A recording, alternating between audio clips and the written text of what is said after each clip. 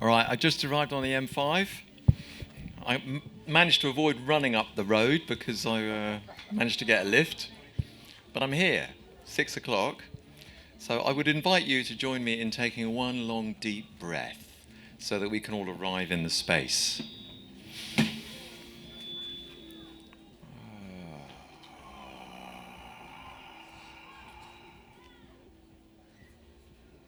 Thank you.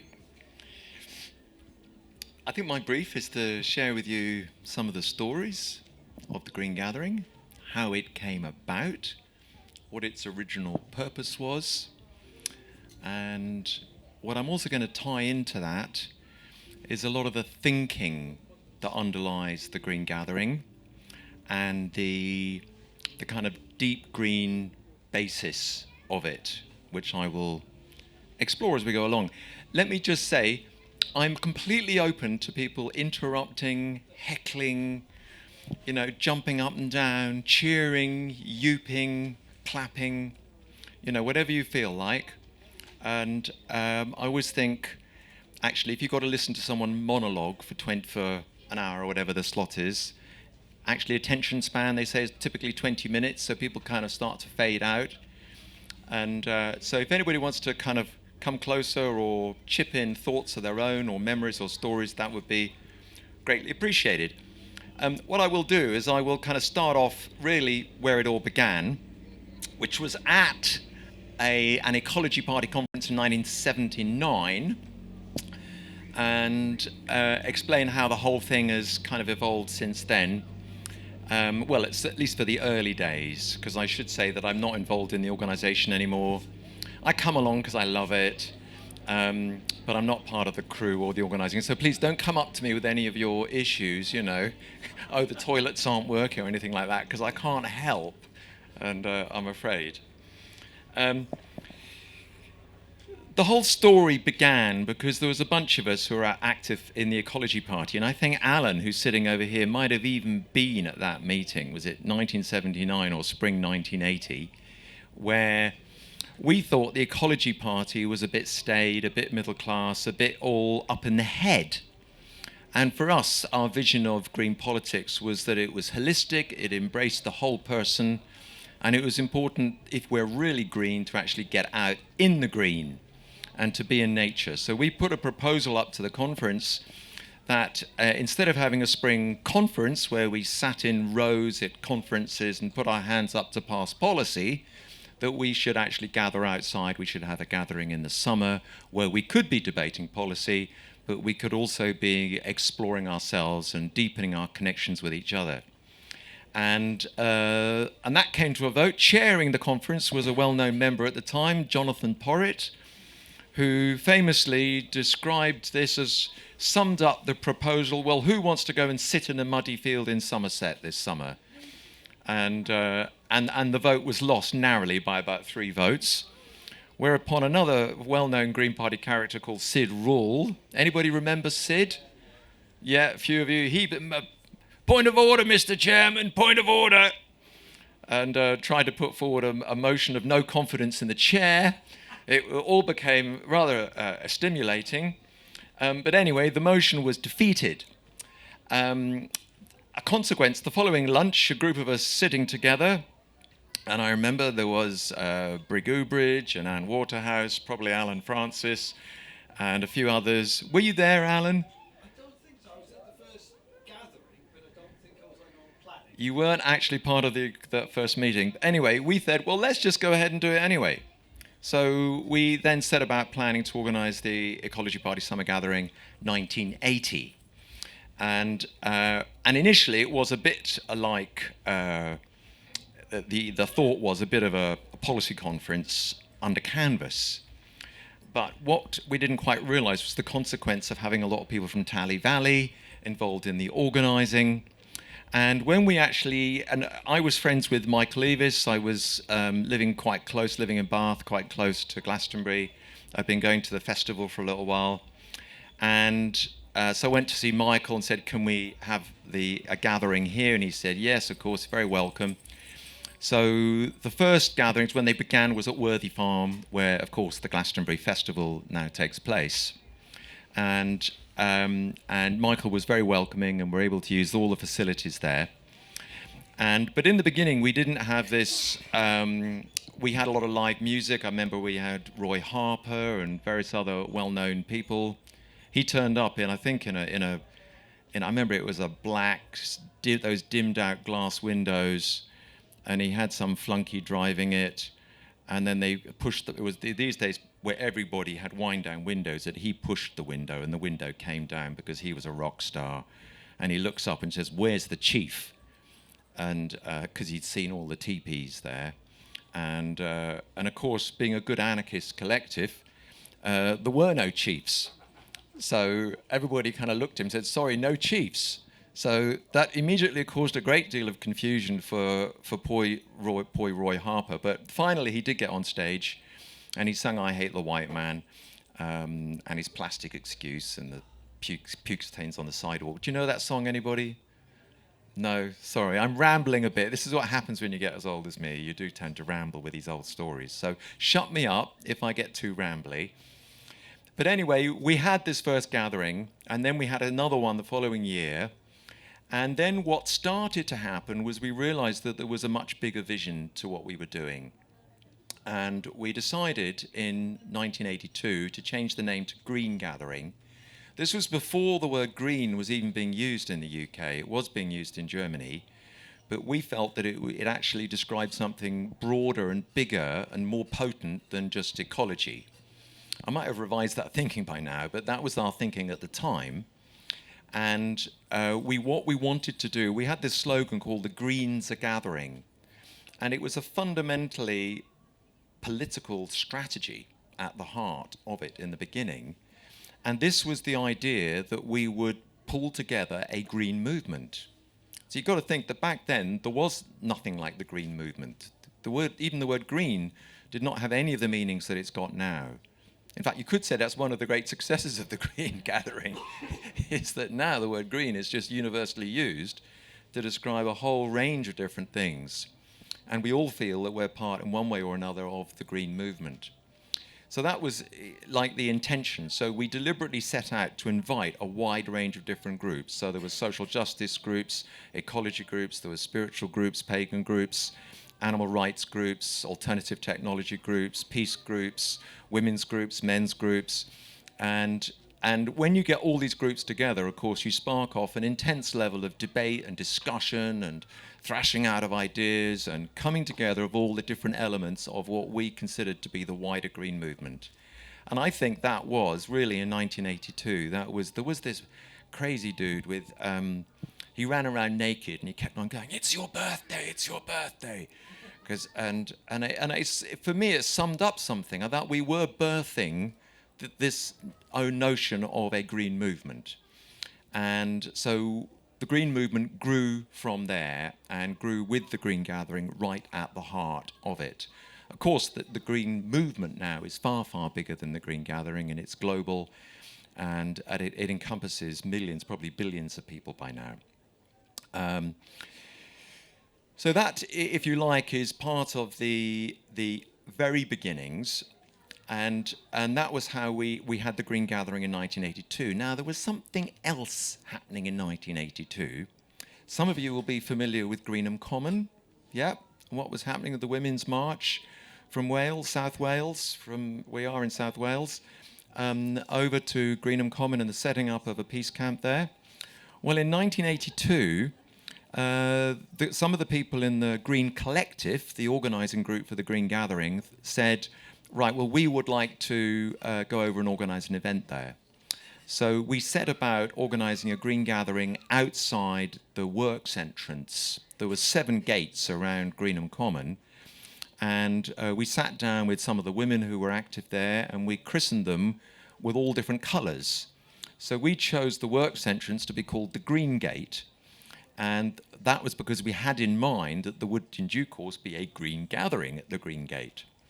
But then various other things happened, and we didn't really have the energy to organise this kind of Green Gathering. It simply wasn't there. So we just said, well, let's make this a bring what you expect to find free event, and set about advertising it. Now, in parallel, that summer, 1982, there was, of course, Stonehenge Festival going on. And quite a few members of the Ecology Party at that time were at Stonehenge.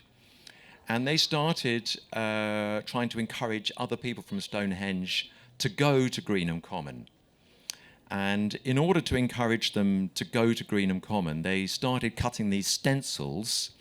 Do you remember at the end of Stonehenge, there was always a big move of travellers to go to other festivals? That was the beginning of like the free festival circuit every summer. And traditionally people had gone up to Ingliston, but there was problems at Ingliston. And a lot of people were looking for somewhere new to go. So where people started going around with these stencils, they wrote on the stencil, Peace Convoy. And that was the origin of the Peace Convoy. And those of you who were around in the 80s will remember how notorious the tabloid media made the Peace Convoy. But the origins of it was the group of people going from Stonehenge to attend a green gathering at Greenham Common. And in fact, when they got there, they said, well, we're not going to call this a green gathering. It's going to be called the Counter Cruise Cosmic Carnival. And it was an extraordinary event. Was anybody actually there? I was You were 18 years old, yeah. 18 years old. Yeah, I was about the same, yeah. It was quite an event, wasn't it? It was quite an event. In those days, it was quite normal. You imagine everyone's been a month at Stonehenge, and then they get there, and at Stonehenge, there's lots of signs everywhere advertising drugs and that kind of thing, and police are not allowed on site, and there's quite a wild atmosphere. And I remember the police tried to stop the convoy getting onto the site by directing everybody the wrong way round off on a roundabout, and that didn't work. Everybody just drove straight through the barrier. And then the council had dug a big trench across the front of the entrance up to the Green Gate, and everybody's got out of their vehicles, parked up along the road, and the council had conveniently dug all the road out, but left it in a heap next door. So everyone had shovels, they just put it all back in, and everyone drove onto the site. And then we had a site, and that started, I think, what's the word? Putting the kittens. It alarmed the American military because they had. That's the one. Perfect. Pigeons, and because then the teepees started to go up, and we later heard that the American military had stated to CND that they were being attacked with bows and arrows. It was a very bizarre reality. I mean, there was no attacking. The whole thing was very non-violent. I do remember setting up the stage facing into the base, and there was a all-women hard rock band called the Androids of Moo. Anybody remember them? Yeah, and they were just playing this hard rock straight at the base. Many years later, I heard an American serviceman. Actually, I met him in a pub, and he said they'd been listening to it and really enjoying it. So I thought, well, the message was getting through, and but it did upset people.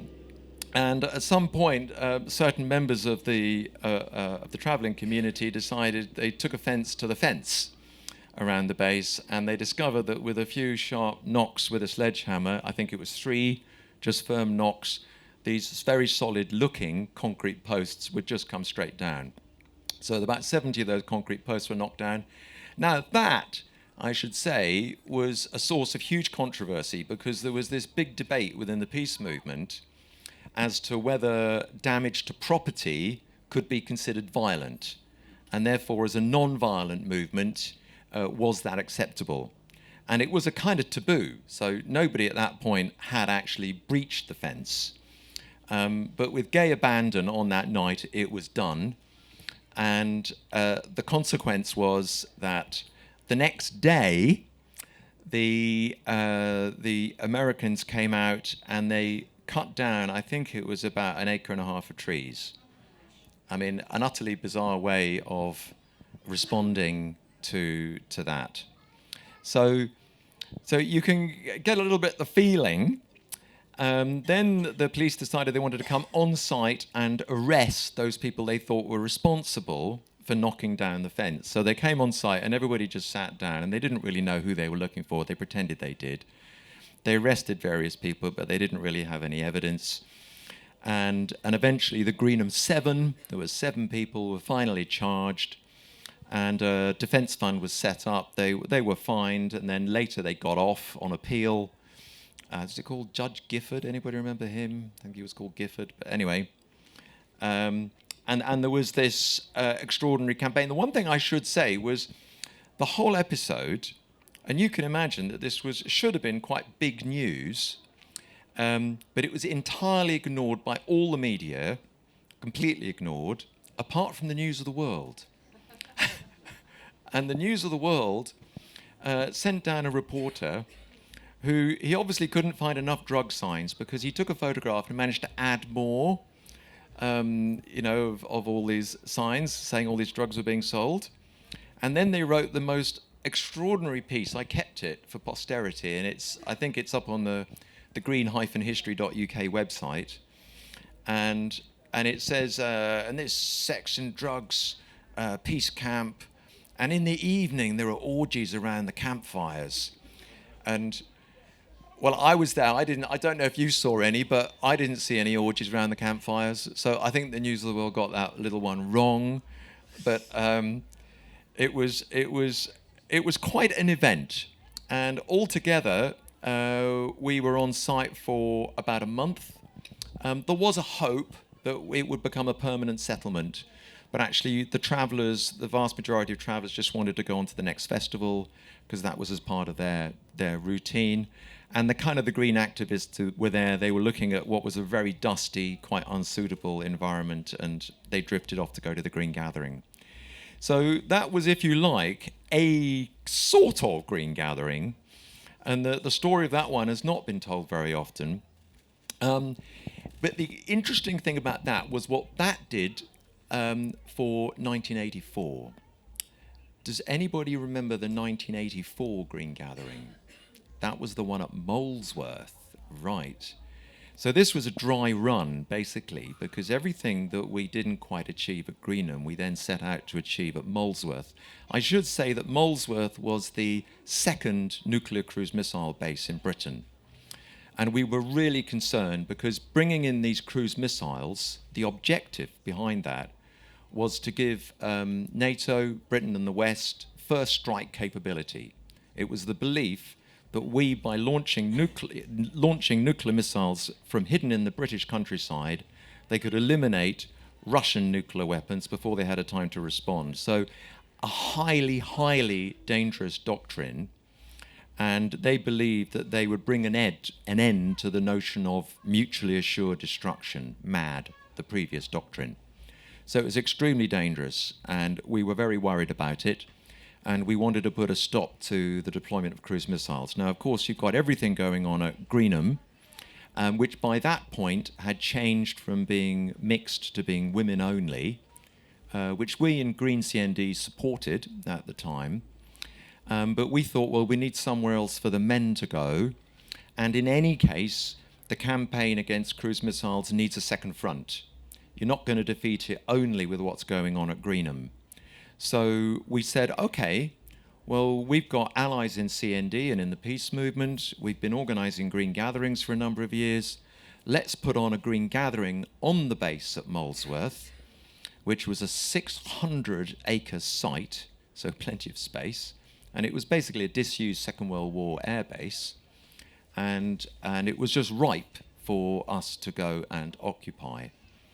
So we came up with this plan to put the Green Gathering on there. I should add that all this was backed up because Michael Eavis had told us that we couldn't use Worthy Farm anymore.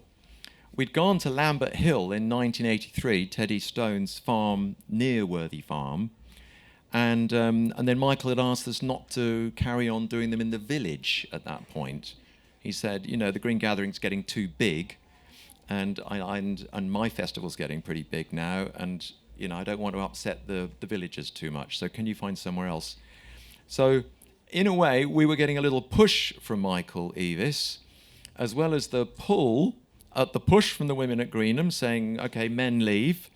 And then we were getting the pull in a strategic sense of thinking, well, we need another front in the campaign. So we set a date. It was, I think, August the 4th plus, so with no ending date. And we contacted various friends in the traveller community, the Tibetan Ukrainian mountain troop. And where's Tap for Tibet? They were here last year. They're not here this year. Yeah, they're here. Oh, they're here. Good. All right. Just park somewhere different. And Tibet went initially, and with various other friends, took the site. We managed to find water. We doused, old dowsing rods, found a water supply, dug down, tap, got a water supply, and then advertised, and we had a few thousand people turn up and occupy the site. And then we had a fantastic event, and it was a great gathering with all the usual things you see here. We had all our team, everybody, all turned up, running workshops, speakers, theatre, music, bands, the whole lot, everything going on, except that it was an illegal squatted event on a nuclear cruise missile base. Very nice. So, and we knew that once we'd taken the site, the authorities would not move to get rid of us because it would just be too difficult for them. So our task, having got everybody there, was then to get them to stay. So we did the same trick we did at Stonehenge. We just started cutting stencils, but this time, instead of saying peace convoy, it just said, we're staying. And then we put them all around the gathering, and people sprayed them on the sides of their vehicles or on their jacket, and gradually the word spread around the site, we're staying, right here, we're not going anywhere. And the amazing thing was that about 500 people, which was a really significant number, actually stayed on site when the gathering kind of came to an end and everybody else moved on. And we had quite a lot of gear there too. And the idea then was that we would create a green village, a kind of a permanent peace village on this base. And it would be a classic Gandhian action. We would stay there until we got evicted. And we would cause trouble while we were there, and we would bring attention to ourselves and to the threat to humanity that was going to be caused by the deployment of these cruise missiles. So we set about the campaign, and it was a bitterly cold winter.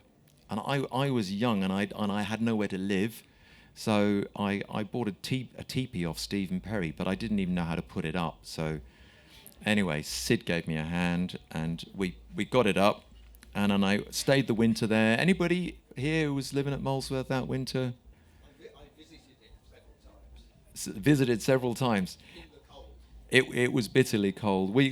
For many months we had snow on the ground. I don't think I've known it as cold a winter. People told me that it was actually, there was no mountains between there and Siberia, and the winds just blew in from the east. It was rotten. It was really cold. And I was living in a teepee, and I was young, and I was single and on my own, and it was a bit but we survived, and we did various good things while we were there. We were growing food, we were growing wheat, which we then actually did send to Eritrea, where they were starving. The amount we managed to grow was largely symbolic, but we did grow food, and we were basically making the point that we were going to turn swords into plowshares.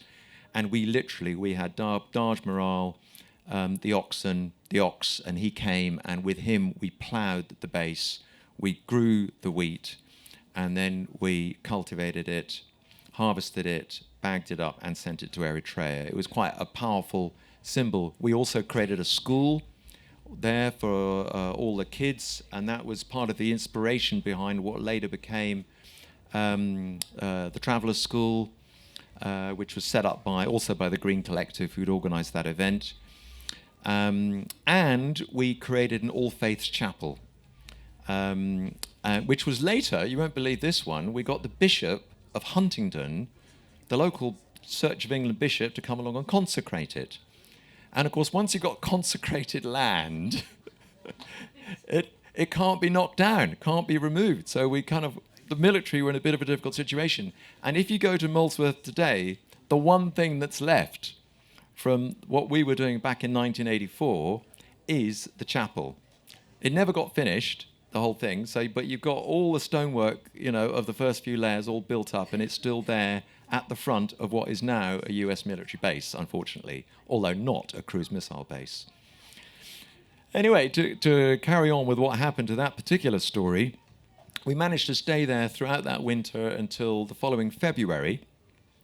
We were plotting through CND. We had a network of people called Green CND, and we set up a pledge scheme whereby we got many, many thousands of members of CND to pledge that the minute anybody tried to evict us, they would all turn up.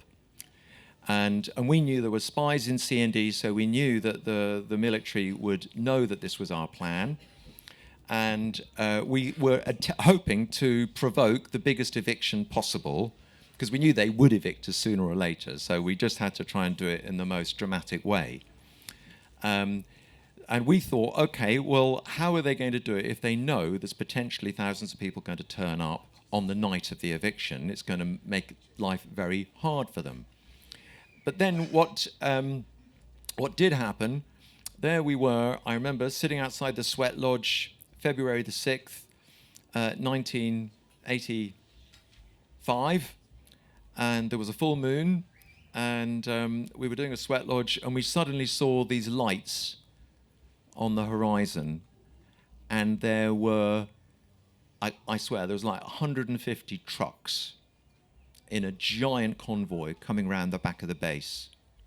And we thought, oh my God, there was just a few of us, we hadn't even got any clothes on. And we thought, oh my God, what are we going to do now?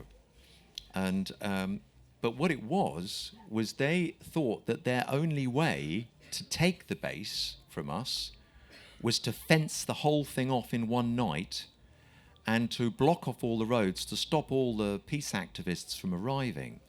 So there was roadblocks all the way around, and they had mobilized 3,000 soldiers from the Royal Engineers in what was the biggest operation of the Royal Engineers since the crossing of the Rhine in 1944.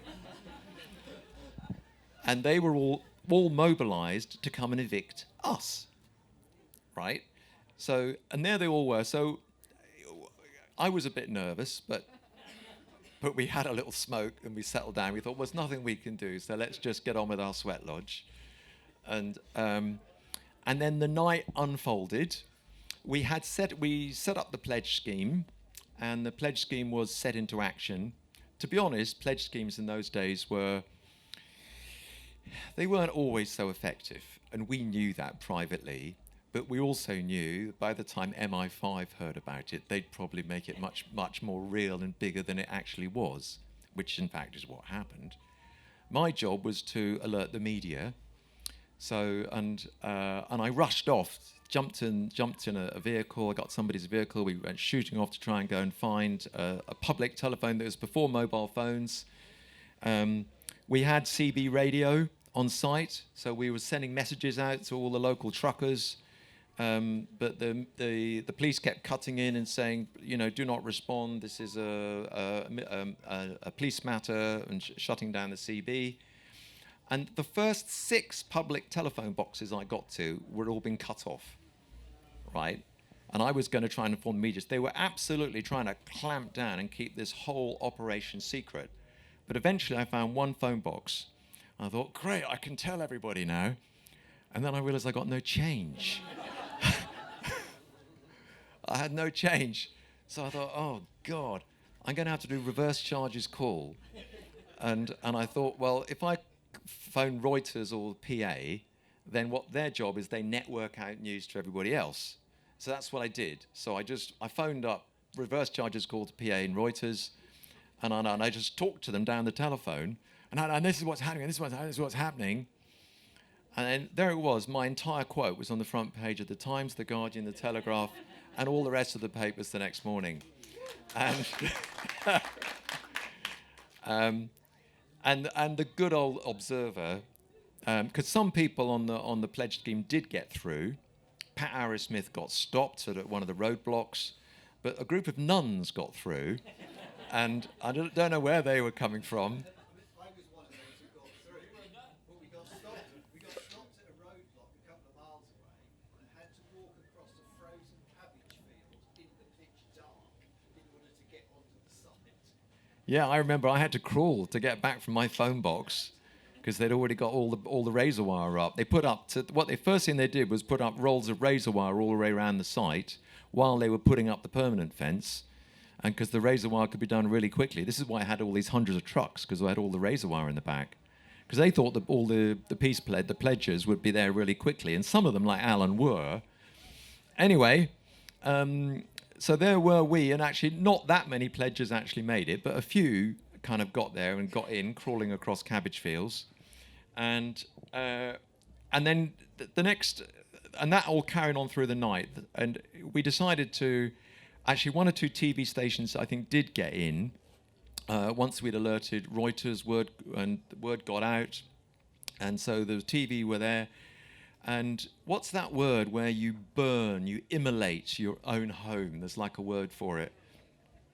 But some people were like setting light to their benders, pouring paraffin over them, and up they went very dramatically in flame, and it was a misty night.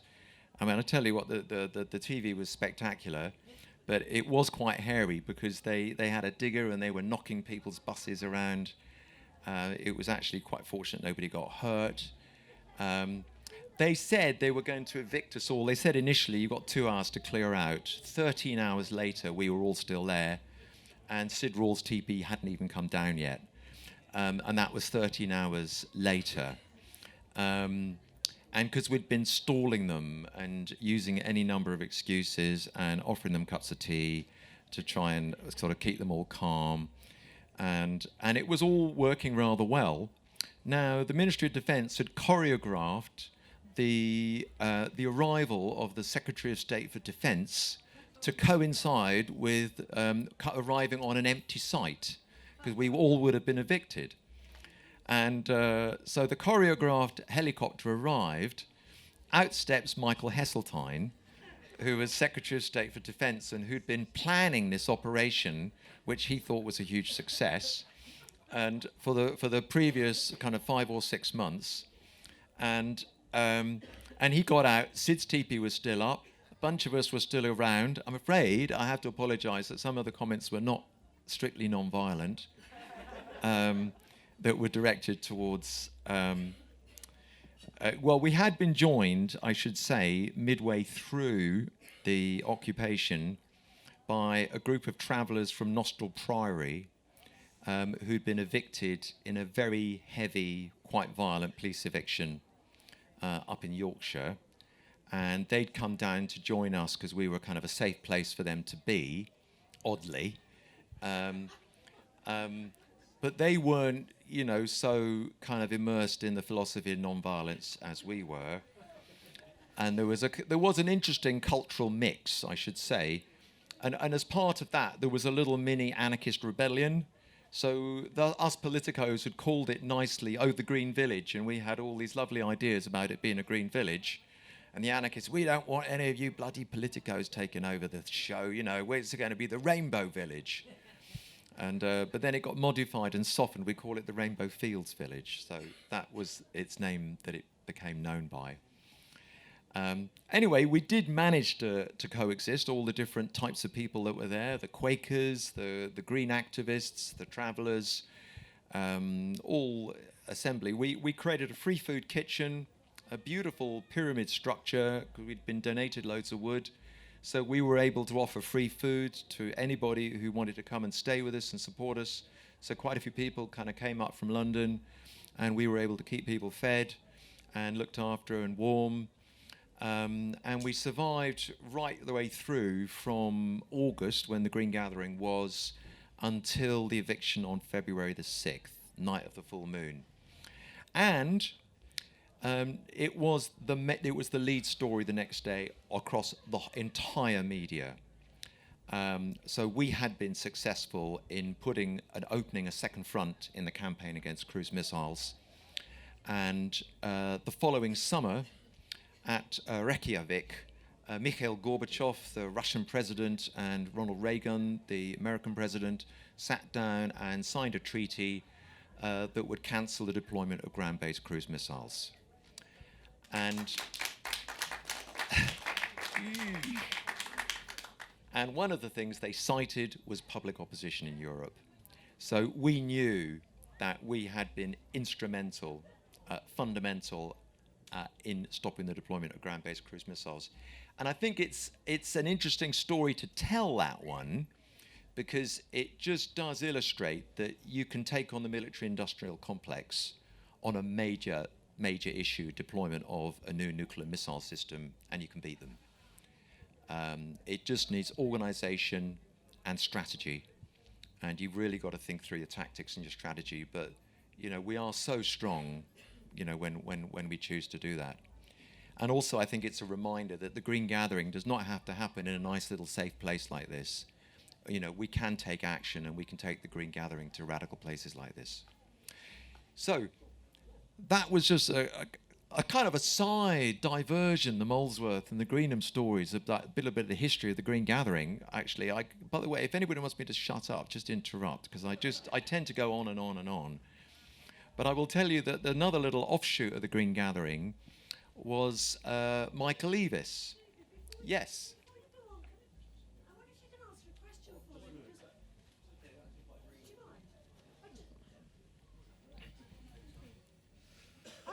I was at Greenham. I visited Molesworth once or twice. Yeah. I was at Greenham. I visited Molesworth once or twice, and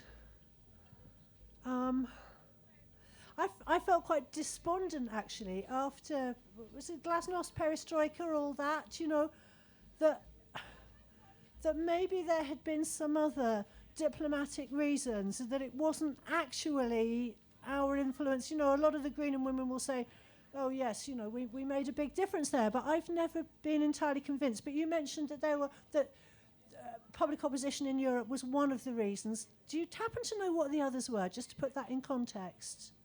I should suspect Gorbachev himself was one of the factors, and Reagan. I think there was a personal chemistry there. And what I've heard is that the campaign on Ronald Reagan, which was mothers all the way around Europe sending photographs of themselves and their children and their teddy bears and all of that, sending it direct to Ronald Reagan, that I was told that had had an impact on him. And I was also told that when he signed the treaty, he did it behind the backs of his Pentagon and chiefs of staff. In other words, he didn't get clearance from them first, so they were playing catch-up. And I think you've also got to think what kind of a man Mikhail Gorbachev was, because he was somebody who wanted to bring change to the Soviet Union.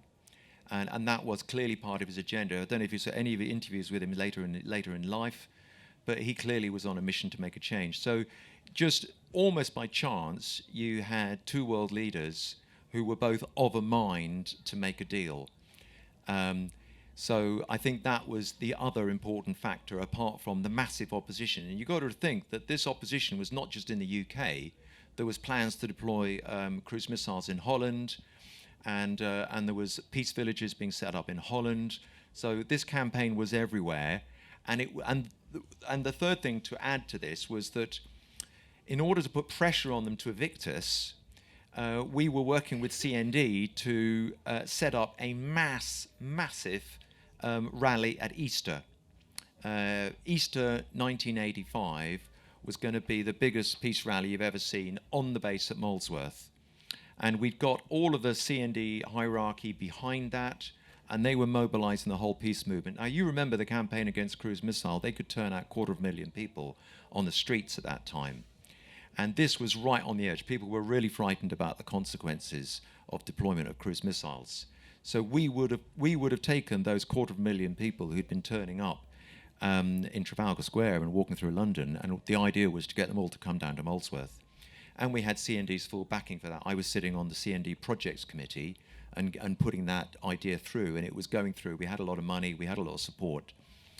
And so the military were faced with a deadline, because they knew that once it came to Easter, then our lot, the 100 or so people that were there in February, there would have been 10, 20, 30, 100 times as many people on the site, and it would have become almost impossible to evict people at that point. So they knew that if they were going to evict us, if they were going to proceed, they just had to get on with their plans for an eviction. And that was our ultimate goal.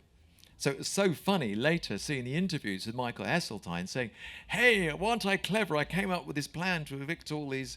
The Sun always called us the smellies, which was not fair. We had sweat lodges, you know. We anyway, all these plans to evict us. I should say that the local MP who was vicious was a man called John Major, who was the MP for Huntingdon at the same time. And there was quite a vicious local campaign against us. So yes, I think it's a very good question, and I think it was circumstances, as often in politics, there was a set of different circumstances came into play that meant we were able to win that campaign. The next thing I'm going to say to you a little bit about is the effect we had with Glastonbury Festival, because I told you that Michael had said, please don't have a green gathering anymore in Pilton, in the village where Glastonbury Festival happens. But he came to me and he said, but David, I'll make you an offer.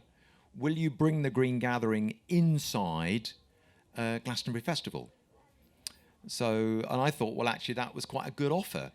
So I said, I went back and the collective discussed it, and we thought, okay, well, we want to honour Michael. He's given us the site. He introduced us to Teddy. We won't put on a separate gathering there. And thanks very much. We'll have a green gathering as part of Glastonbury Festival. So we were given initially just only one field, and that became known as the Green Field, and that grew at one point to about a third of the entire site at Glastonbury, and has had over the years, I think, a profound effect on Glastonbury Festival itself. Michael Eavis always says that he thinks that the Greens took Glastonbury, kind of rescued Glastonbury and took it back to the original vision. He means the vision of Andrew Carr, who was the guy who had the original vision for Glastonbury Festival. So the Green Collective at the time had this key role in creating the green fields, which of course are still much valued part of Glastonbury Festival to this day. So, like the Green Gathering, it carries on and it's strong, and it started back there in, I think the first green field was it 83 or 84? I think it was 84, yes. It was 84, because that was when we got evicted from Molesworth. And to follow on, I'm going to jump around a bit. You don't mind, do you? It's just how my brain works. But when we all got evicted from Molesworth, then it became Rainbow Fields Village on the road. And that caused an ongoing headache for the government, because there was always the threat that we would go back. And we always wanted to go back to Molesworth if we could. So we would go out and see if there was any nearby places we could park up. And we didn't, but we were being continually buzzed by police, helicopters, people taking photographs. When people went off to go shopping, they were getting stopped and roughed up a bit, and all that kind of thing was going on. So there was this real feeling of, trying to isolate, trying to put pressure on us. And, even if you went to a garage, if your bus broke down, then the police would be there trying to persuade the guys in the garage, the proprietor, not to service the bus, and that kind of pressure was going on in the community. It was quite tough. But the eventual outcome of that was various people left and came, but it led to Savernake Forest, and then eventually to the Battle of the Beanfield, which happened.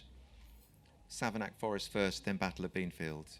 Well, and Savernake Forest after, both, in fact, because some went back there afterwards. I wasn't at the Battle of the Beanfield, because I'd gone up to, Ken Livingstone was organising a big green political jamboree in London, so I wasn't there myself, but lots of my friends were. And does anybody here not know what about the Battle of the Beanfield? Okay, a little bit of history there. The Battle of the Beanfield was it had been the custom for many, many years at that point for travellers to go to Stonehenge and to have a festival. And it had started right back in the 70s with the Wallies, and it had gone all the way through, and it was still happening in the mid-80s. But numbers had grown, and it was getting wilder, and Margaret Thatcher, who was Prime Minister at the time, had decided we're going to put an end to these medieval brigands, as we were labelled, and we're going to stop them going to Stonehenge this year. So the police were under instruction at all costs to stop the travellers getting to Stonehenge. Stonehenge Festival was not to happen. So the convoy, as usual, was travelling towards Stonehenge, and I think we were aware that something was in the air. There had been various reports that had been leaked, but the intention was still to carry on in any case. But the convoy was pushed into a bean field. I don't know how far away from Stonehenge it was, and then got violently attacked by the police. And a lot of people got hurt. People's homes were destroyed. Lots of arrests, and some shocking footage that was taken by local TV, which was just closed down, so nobody ever saw it. The local, some of the people involved in the police later commented how ashamed they felt at the police's action that day. Police taking numbers off their uniforms so that when they attacked people, it couldn't be seen. I've seen some shocking footage and films of people with, babies in hand being attacked with truncheons, really shocking images of what happened. But it wasn't unique. I think that's also worth saying. It was something that the traveller community had been suffering from, kind of under the radar, unreported, for a number of years. And on this occasion, they were also, because they managed to stop any TV images getting out, they were also largely able to keep the issue suppressed. But there's still a group, if anybody's interested, there's a group out there on Facebook of kind of Beanfield survivors, still communicating with each other, sharing the history and keeping the memories alive. And of course, there's been a lot of progress with the whole Stonehenge story with the festival there.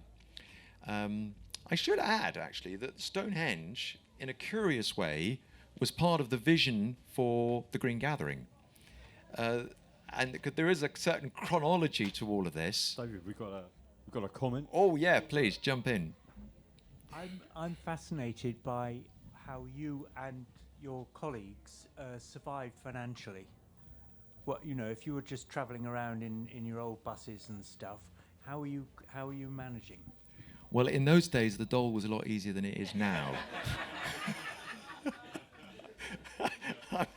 I'm afraid to say that was... and there was a lot of wheeling and dealing of all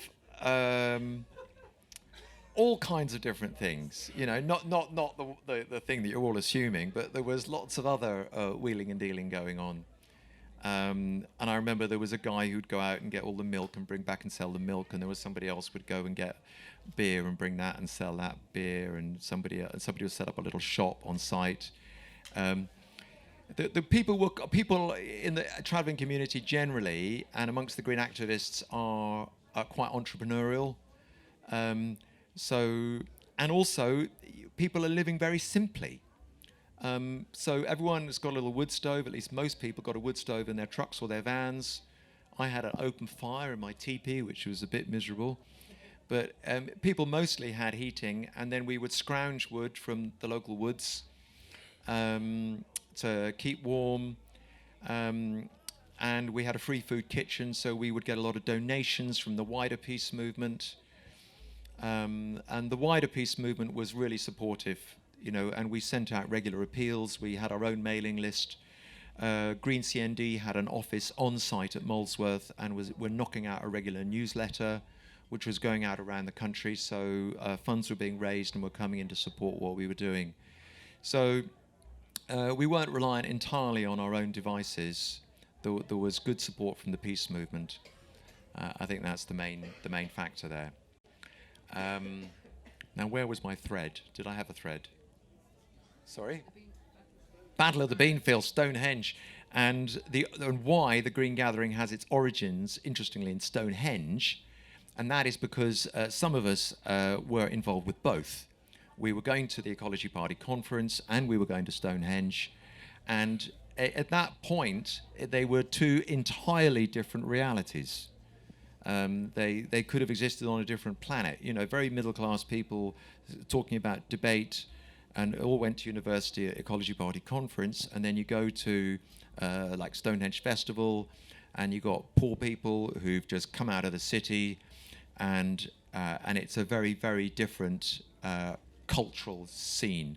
But for some of us, in our heads, they belong together somehow. I mean, certainly for me, I was going to Stonehenge, but I was a green, I was an ecologist. And I think that you see it in the early days of the kind of the student revolution in the 70s and the 60s. Ecology was right at the heart of that kind of youth generation. And it was that spirit that brought the two together. And so you saw at the first Evergreen gathering, it was remarkable because you had all the Ecology Party types, you know, wearing socks inside their sandals, and short and kind of those kind of shorts and very white legs that you see people who don't go outside very much, and lots of them sitting on little kind of nylon plastic sort of chairs, debating the basic income or community ground rent or something like this. And then at the other end of the same field, there was a circle of teepees, the sweat lodge. There's lots of naked people with a bit of information about Native Americans, and the drums continuously going throughout the entire event. Boom, boom, boom. And then on the other side, you've got the travellers, you've got all the buses, and you've got a bit of Jimi Hendrix Experience blaring out. And then you get the Ecology Party activists who think it's really not appropriate because they can't listen to the owls at night. So they send out a direct action team, and the Jennies get cut off. And so the people listening to Jimi Hendrix suddenly find it just goes dead. So it was three very, very different tribes. And what you now have an event like this is a coming together, and you see how the three tribes have actually blended into one. And I think that's another kind of fantastic thing that's happened as the Green Gathering has evolved. Do you know, I did want to talk a little bit, and I will before somebody shuts me up, about the philosophy of that we had at the very beginning. And a key part of this is the recognition of what ecology is, because green politics grew out of ecology, not out of environmentalism. And there's a very important distinction to be made between the two, because the environment is our surroundings, isn't it? So it's our built or our natural or our social environment. It's everything around us. It's everything outside of us. Whereas ecology is about the connections, how everything is part of this great web of life and how everything is connected. And humans are right an integral part of that web of life. So there's a different perspective to start with. And what we understood as political ecologists was that you couldn't only be talking about the natural environment outside of ourselves, we had to be talking about ourselves. And so from the very beginning, we had a healing field, because we understood how humans, as well as healing the natural world, we've got to heal our own natural bodies. And we still have a healing field, obviously, here at the Green Gathering. So, and we also understood the importance of personal and spiritual development. That was fundamental, the idea that we're evolving, we're growing, we're recreating ourselves. We can't be the same kind of humans that led us into the current disaster we're living through. We have to be a different kind of human being with a new consciousness. And if you look at books like The Greening of America, you know, which was one of the seminal works for green politics, came out of the USA, a guy called Charles Reich, and you'll see that they understood that this change of consciousness was fundamental to the whole greening process. And we understood that. So the Green Gathering was not only about campaigns and the kind of on the surface politics, it was as much about the personal politics. The personal is political, and the political is personal. So the change happens both in ourselves and in our relationships with ourselves and with each other, and also in how we engage with a wider community to affect social change, political change. So I just wanted to sort of get that in, because a lot of people still think that green politics is just like other types of politics, but it's just environmentalists. It's not. It's a fundamentally different vision of politics, because it is holistic. It embraces the personal as well as the political, and it embraces everything, and it's about a total transformation. And I always say, well, really, green politicians should be starting their work with themselves. You know, what's their practice in the morning? You know, what food do they eat? Are they looking after their gut? Because our guts are our rainforest. You know, we can go and cure the rainforest out there, but are we actually curing our own gut, or are we getting ill? And we say this in the context of a catastrophic rise in chronic illness. You know, do any of us know people, you know, we just know we're surrounded by chronic illness, whether it's cancer, diabetes, emphysema, heart attacks, whatever it is, they're all just shooting up on a scale like this, aren't they? And that is a result of a collapse in health, which exactly mirrors the collapse in the health of the natural systems that we're living in. So it's really important, and I still think this is a message that's really relevant today, really important, that green politics, green politicians get a handle on the need to embrace what the bigger vision of green politics. You know, it's not about identity, it's not about identities. Fundamentally, our identity is just that we're human beings. Okay, I've had it. I knew that was coming. Thank you, 5 minutes. So I'm glad I've had a chance to say that. Has anybody got any other things on the history? I've tried not to make history is so often a dry subject. So hopefully I've just been telling you stories. Yes. David, could you potentially just quickly tell us about what happened with the Big Green Gathering when it stopped? It was stopped by the police right at the very last moment at Cheddar, which is something that affected me very, Do you know very what? I deeply. bet there's other people on this site better able to tell you about that story, because that was after my time. I'm a bit old for that, and but what I've been told is that the license was refused by the local authority, and they claimed it was traffic stories.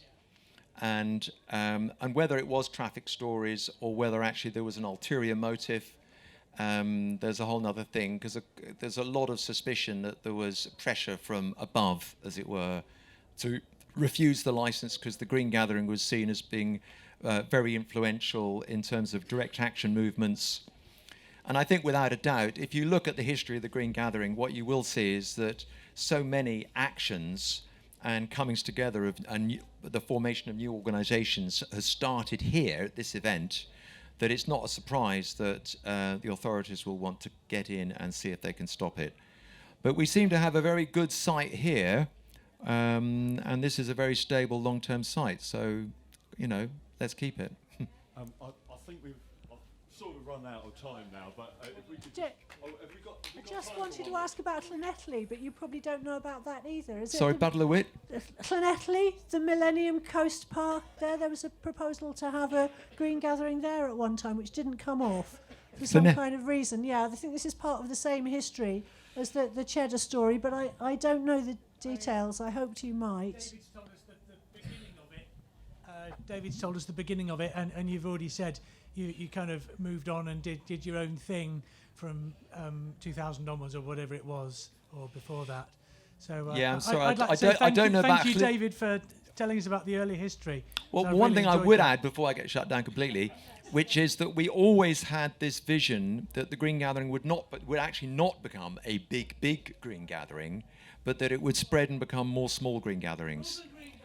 And exactly, Northern Green Gatherings, but let's have a Welsh Green Gatherings and Scottish Green Gatherings. Let's have Green Gatherings everywhere, and green days, green fairs, green events, and let's keep it small, let's keep it human scale, and we can spread. In fact, that is exactly what's been happening. There are many of these events around the country now. So thank you all for listening.